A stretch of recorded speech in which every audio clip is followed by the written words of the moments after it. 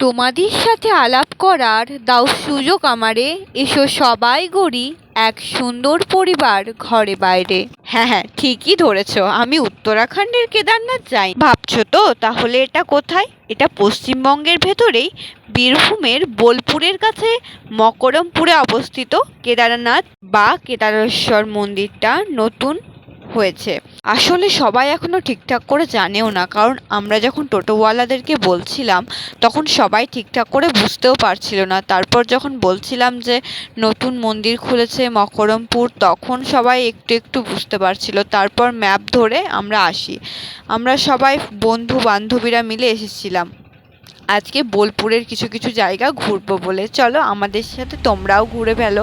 এটা মকরমপুরেরই একটা রাধাকৃষ্ণ মন্দির, এবং জায়গাটা অপূর্ব মনোরম, শান্ত শিষ্ট পরিবেশ। আর আমরা যাওয়ার সাথে সাথে একটু বৃষ্টিও শুরু হয়েছিল। এটা মন্দিরের পিছন দিকটা একটু নার্সারি টাইপসের, এবং এখানে গরুও পালিত হচ্ছিল। এটা দেখেও মনটা খুবই সুন্দর লাগলো। এবং মন্দিরটা চারপাশটা এতটাই মনোরম, এতটাই শান্ত পরিবেশ, এলেই মনটা পুরো জুড়িয়ে যাবে। মনে হবে যেন আরও একটুক্ষণ থেকে গেলে মন্দ হতো না। কিন্তু আমাদের যেহেতু আরও কিছুক্ষণ, আরও অনেকটা জায়গা ঘোরার ছিল, আর আমরা অনেকটা দূর থেকে এসেছিলাম, সেহেতু আমরা দেরি না করে সৃজনী পার্কের উদ্দেশ্যে ওখান থেকে টোটো করে রওনা দিয়ে দিই। বীরভূম যে লাল মাটির দেশ তা এখানে এলেই বোঝা যায়। আর বোলপুর এলে বাউল গান শুনতে পাবো না, তাই কি কখনো হয়?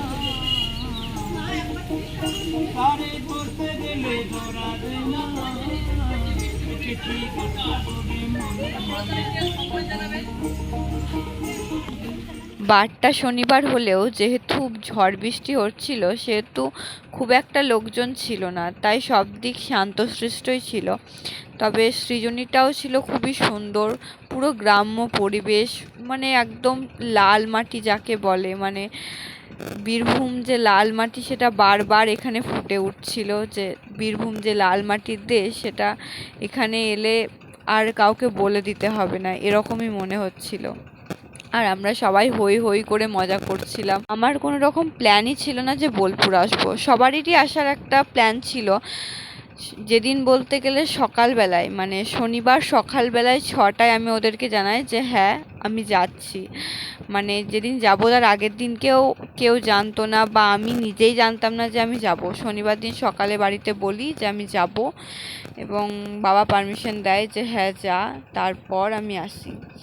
আর এটাও ছিল একদম পুরো মাটির বাড়ি। এখানে অনেক রকম হস্তশিল্প ছিল প্রত্যেকটা বাড়িতে বাড়িতে, মানে প্রত্যেকটা ঘরে ঘরে।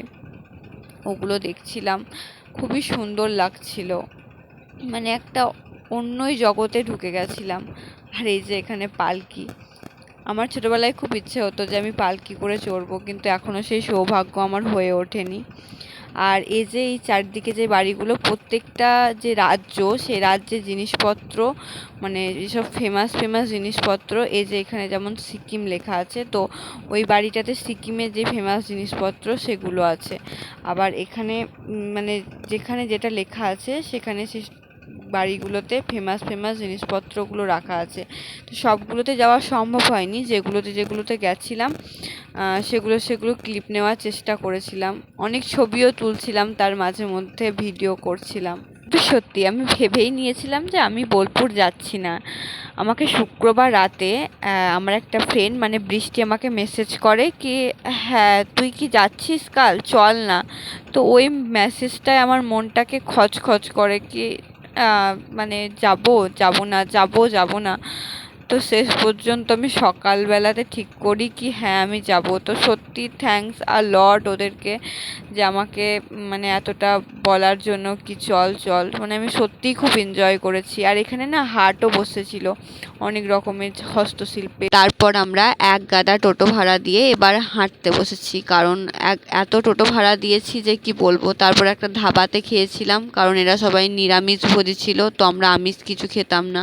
একটা কিছু শাকপালা বলে একটা কিছু পালা ছিল, তো সবার সাথে ম্যানেজ করে আমিও খেয়ে নিয়েছিলাম। আমরা সোনাঝুরির উদ্দেশ্যে যাচ্ছিলাম এবার হেঁটে হেঁটে, কারণ আর টোটো ভাড়া দেওয়ার মতো আমাদের কাছে সামর্থ্য ছিল না, সবাই স্টুডেন্ট, কি আর করব।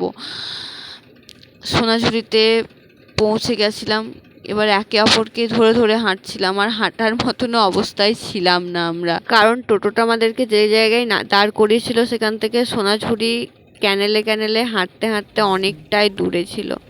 তবে যাই হোক, আমরা আজকে প্রচণ্ড এনজয় করেছি সবাই মিলে। মানে আমি যতবার বোলপুর এসেছি সব থেকে এনজয় এবারেই হয়েছে সত্যি।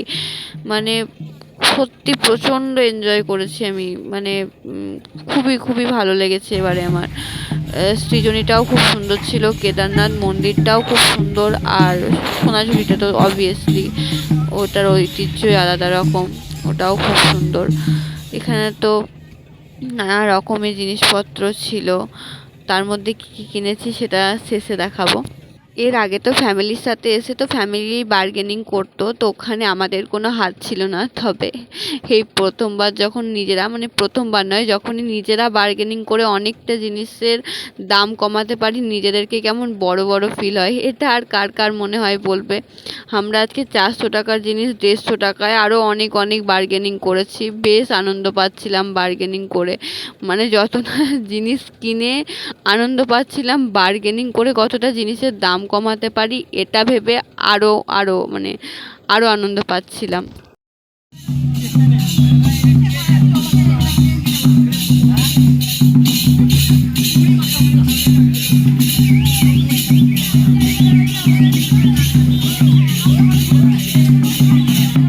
আমরা যে গ্রুপটা ছিলাম, মানে টোটাল আমরা 8-9 জন মতো ছিলাম। তো আমরা জিনিস কিনতে কিনতে না 4 জন করে পুরো ডিভাইড হয়ে গেছিলাম। তারপর কেউ কাউকে আর খুঁজে পাচ্ছিলাম না। শেষে আমাদেরকে মানে প্রান্তিক স্টেশন আলাদা আলাদা টোটোতে যেতে হয়েছিল। মানে খুঁজে তো পাচ্ছিলাম না, প্লাস ফোনে ঠিকঠাক করে যোগাযোগও করতে পারছিলাম না, টাওয়ারের তো গন্ডগোল ছিলই। তারপর এখানে ইশিকা আর ঈশানী এরা তো হেসেই মরে যাচ্ছিল, কি নিয়ে যে এত আলোচনা করছিল সেটা শুধু আমরাই জানি, তোমরা আর নাই বা শুনলে। ইস পার্সোনাল টক। না না, জাস্ট মজা করছিলাম, সেরকম কিছুই না। মাঝে মধ্যে আমরা তো এরকম গল্প করছিলাম, চল সবাই মিলে একটা বোলপুরে জায়গা কিনে নিই। সত্যি বোলপুর জায়গাটা অসাধারণ, খুবই সুন্দর লাগছিল। আর এই জায়গাটা তো সবাই চিনবে, বোলপুরের একটা কমন রাস্তা। তারপর গল্প করতে করতে চলে এলাম প্রান্তিক স্টেশনে। এসেই তো একদম কালো মেঘ মাথায়, আর বলতে না বলতেই বৃষ্টি ঝমঝমিয়ে চলেই এলো। সব মিলিয়ে দিনটা সত্যি খুবই সুন্দর কাটলো। এই জানি না এই ছাত্র জীবনটা চলে গেলে কি করব, তবে এরকম জীবনে এরকম কিছু কিছু মুহূর্ত সত্যি খুবই দরকার। জীবনের পাতায় যোগ হলো সত্যি আরও অনেক হাসি খুশির মুহূর্ত। সত্যি খুবই সুন্দর লাগলো আমার শনিবারের মানে আজকের ট্রিপটা। এরপর স্টেশন থেকে নেমে, যেহেতু আমার বাড়ি অনেকটাই দূর, সবাই সবার মতো ফিরে গেছিলো। আমি স্টেশন থেকে নেমে বাসে করে আবার যেতে হবে আমার বাড়ি, তাই বাসে করে আবার টোটো ধরতে হতো। বাসে করে নেমে আবার টোটোতে করে বাড়ির উদ্দেশ্যে রওনা দিলাম। তারপর এই যে বাড়ি ফিরে 2টো ব্যাগ কিনেছিলাম, 2টো কুর্তি কিনেছিলাম, আর একটা কানের কিনেছিলাম। ভিডিওটি তাহলে এখানেই শেষ করছি। সবাই ভালো থেকো, সুস্থ থেকো, সাবধানে থেকো, আর সবার খেয়াল রেখো। আর ভিডিওটি কেমন লাগলো অবশ্যই কমেন্টে জানিও। টাটা।